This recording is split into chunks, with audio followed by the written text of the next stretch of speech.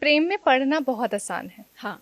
प्रेम का प्रस्ताव रखना बहुत आसान है, उससे ज्यादा आसान है उसको एक्सेप्ट करना। लाइक प्रपोजल एंड एक्सेप्टेंस बहुत इजी चीज होती है, लेकिन उसको निभाना, जो प्रॉमिसेस किए हैं, जो कमिटमेंट्स किए हैं, उनको निभाना वो मुश्किल काम होता है। और शादी Exactly. कोई भी हो, लव हो चाहे अरेंज हो, वो बाद में शादी ही बचती है, वो शादी ही रहती है।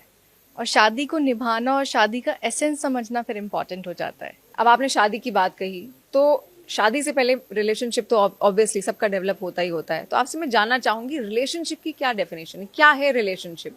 एक लड़का लड़की एक दूसरे को पसंद करते हैं, प्यार करते हैं, क्या वही रिलेशनशिप है या कुछ और है, उससे बढ़कर है? देखो, प्यार ना साथ मांगता है, फिर आपको ना चीज़ों को मैनेज करना है।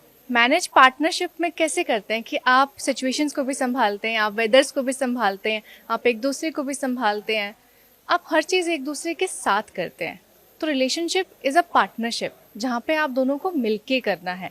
And if you feel the partner is right, और आप इसके साथ चाहे समय कितना भी मुश्किल हो, परिस्थिति कैसे भी हो, मैं अगर इसके साथ मैं गुजार लूँगा और इसके साथ मैं बस निभा लूँगा, तो रिलेशनशिप में आना सही होता है। और वही रिलेशनशिप आई थिंक वो आगे वर्क करती है और वो फिर शादी तक पहुंचती है, क्योंकि जो रियल रिलेशनशिप्स होती है they don't celebrate Valentine, Exactly. They got married directly. यानी एक दूसरे को समझना जानना बहुत ज्यादा जरूरी है। और कब वो स्टेज आती है कि हमें लगता है कि हम एक दूसरे को समझ चुके हैं? क्योंकि कई बार ऐसा भी होता है, हड़बड़ी में लोग होते हैं, और कई बार बॉडी अट्रैक्शन ज्यादा होता है, love is less and bodily attraction is more. तो वो सिचुएशन हम कब समझें कि सामने वाले के साथ हमारा रिलेशनशिप डेवलप हो सकता है या फिर नहीं?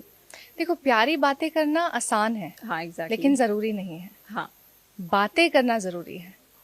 अपने रिलेशनशिप में वो बातें करो जो आप फील करते हो। अपने आप को तो जानते हो ना कि मन में क्या चल रहा है, क्या पसंद है, क्या नहीं पसंद है, क्या चाहते हो, क्या नहीं चाहते हो, ओपिनियंस क्या है।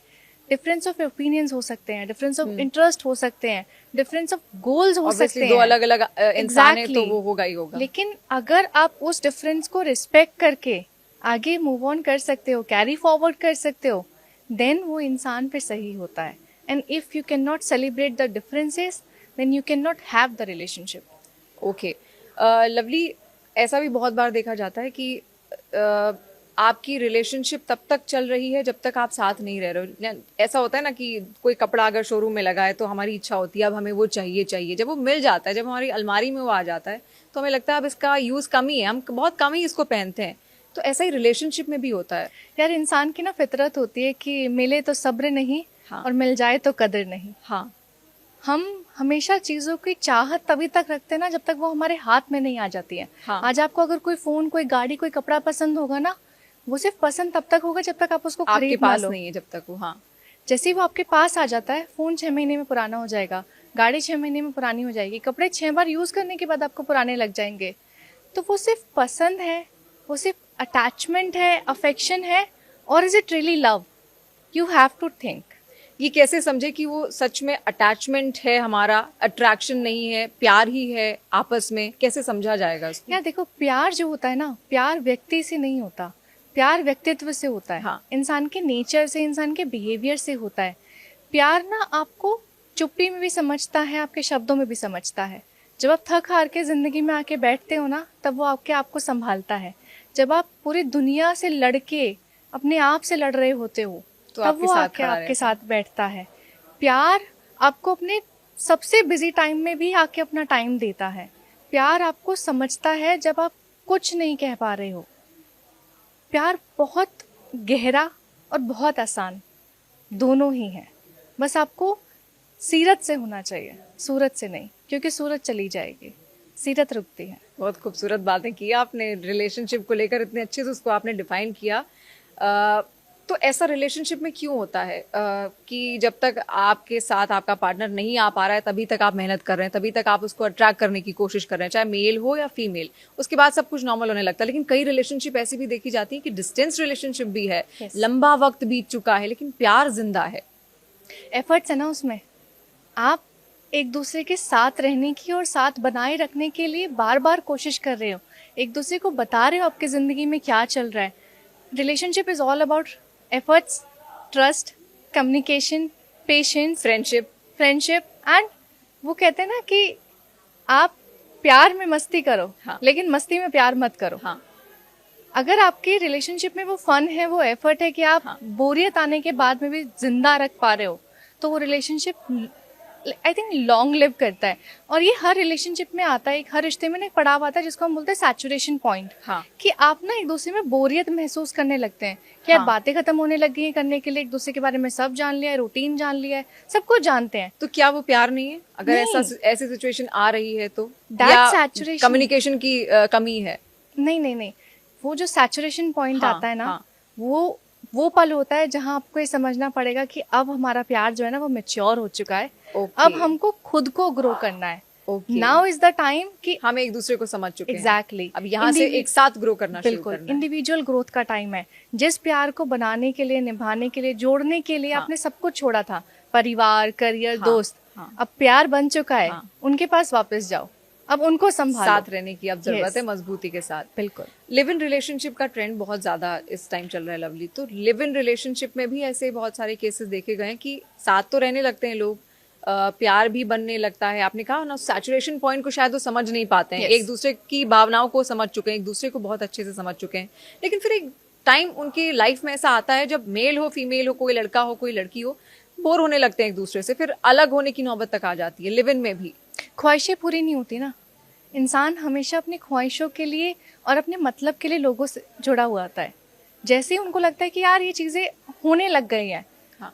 ये अब मुझे वो नयापन नहीं मिल रहा है, वो फिर वो दूसरे इंसान की तलाश में जाते हैं। देन एक ऑप्शन स्टैंड बाय पे रहता हाँ। है। जब तक इंसान की एक्सपेक्टेशंस रिलेशनशिप में बहुत ज़्यादा होंगी ना, when you are not a giver and you are just extracting things from the relationship, वो रिलेशनशिप कभी ना कभी आके सैचुरेट होगा। फिर वो एक के साथ नहीं होगा, वो सबके साथ होगा। यानी बैलेंस रखना है। अगर आपने दिया तो आपको लेना भी है, अगर आपने लिया तो आपको देना भी पड़ेगा। प्यार समर्पण मांगता है। हाँ। आपको सब कुछ ही देना पड़ेगा। अगर वो आपको कुछ नहीं दे पा रहा है ना वक्त दे पा रहा है, ना प्यार दे पा रहा है, ना केयर दे पा रहा है, आपको फिर भी वहां रुकना पड़ेगा। लेकिन तभी तक रुकना है, तभी तक झुकना है जब तक आपकी रीढ़ की हड्डी में दर्द ना हो। जिस दिन लगे कि यार अब दर्द हो रहा है, अब मैं नहीं सह सकता हूँ, अब बात सेल्फ रिस्पेक्ट की आ गई है, अब मेरी इंडिविजुअलिटी खत्म हो रही है, अब मैं खो गया हूँ, मैं ही नहीं बचा हूँ, तब उठ जाओ, खड़े हो जाओ। तो इस सैचुरेशन पॉइंट तक लोग आते आते इतना ज्यादा क्यों थक जाते हैं? क्यों इतनी उम्मीदें वो तोड़ देते हैं? क्योंकि आपने उस प्यार को पाने के लिए बहुत मेहनत की, लेकिन ब्रेकअप्स भी बहुत ज्यादा, बहुत जल्दी आजकल होने लगे हैं। और आपने कहा ना, स्टैंड बाय में एक बंदा हमेशा रहता है या एक बंदी हमेशा रहती है, और हम सोचते हैं कि सामने वाले के साथ अगर बात नहीं बनी तो हम दूसरे के साथ चले जाएंगे। ये मेंटालिटी आखिर आ क्यों रही है? उस रीढ़ की हड्डी टूटने तक वहां तक खड़े क्यों नहीं रह पा रहे? हमने ना प्यार को ग्लोरीफाई बहुत ज्यादा किया हुआ है। For the sake of love and for the name of love ना, हम सब कुछ चीज़ों को सहते चले जाते हैं। हमने ना रेड फ्लैग्स को इग्नोर करना स्टार्ट कर दिया। हाँ। कंट्रोलिंग बिहेवियर को पॉजिटिवनेस का नाम दे दिया। हाँ। गैस लाइटिंग को कंसर्न का नाम दे दिया। हाँ। जो टॉक्सिसिटी है ना रिलेशनशिप के बीच में, उसको हमने प्यार का नाम देना स्टार्ट कर दिया। और जैसे ही हम वो टॉक्सिसिटी को इग्नोर करना स्टार्ट कर देते हैं, कभी ना कभी तो पॉइंट आएगा जहाँ पे आपको लगेगा यार ये प्यार तो है ही नहीं।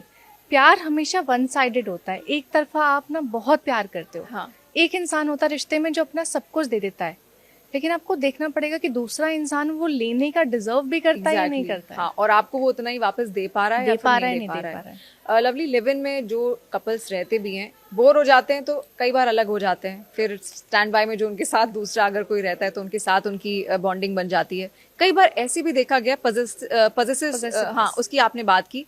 बहुत ज्यादा पजेसिव अगर कोई है तो क्या वो भी एक बहुत बड़ी दिक्कत है सामने वाले के लिए, किसी और पार्टनर के लिए? क्योंकि कई बार हमने देखा लिव इन रिलेशनशिप में मर्डर्स तक सिचुएशन आ जाती है, लोग सुसाइड्स तक कर लेते हैं। तो क्या ये खतरनाक भी है? बिल्कुल खतरनाक है। देखिए, आप ना ये समझे कि आपका प्यार क्यों है। प्यार हमेशा इंसान को ना बढ़ाता है। It's the name of growth. कि आप इंडिविजुअली भी ग्रोथ करते हो, आप पर्सनैलिटी वाइज भी ग्रोथ करते हो, आप ओवरऑल आपका एक डेवलपमेंट होता है, एक अपलिफ्टमेंट होता है।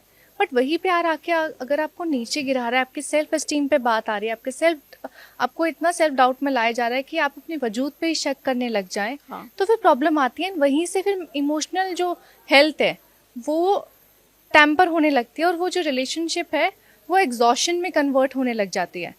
And relationship is all about ना कि आपको देखना पड़ेगा कि यार इस इंसान के साथ आप बूढ़े हो सकते हो या नहीं हो सकते हो। एक बार की गलती माफ होती है, लेकिन जो फितरत बन जाए ना उसको फिर इग्नोर नहीं नहीं करना किया जा चाहिए, सकता। फितरत माफ नहीं यानी होती। वो और पॉइंट ऐसा होता है कि आपको वहां से दूर हटना ही पड़ेगा। नोटिस करो, अंधा प्यार करो, लेकिन प्यार में अंधे मत बनो। हर चीज प्यार नहीं होती है। जहाँ पे लगे कि यार बात नहीं बन रही बात है, नहीं बन रही सामने है, वाला अंडरस्टैंडेबल नहीं है। बिकॉज हर किसी को भगवान ने ना एक सुपर पावर दी है, हाँ विच इज कॉल्ड इंस्टिंक्ट्स। हाँ, that self instincts. Talk we do Exactly. With ourselves. हाँ। तो जो मन की आवाज है ना, उसको हाँ। सुनो। और मन की आवाज हमेशा आपको बता देते कि यार नहीं रुकना, यहाँ चलते से हैं। हाँ आगे बढ़ना है।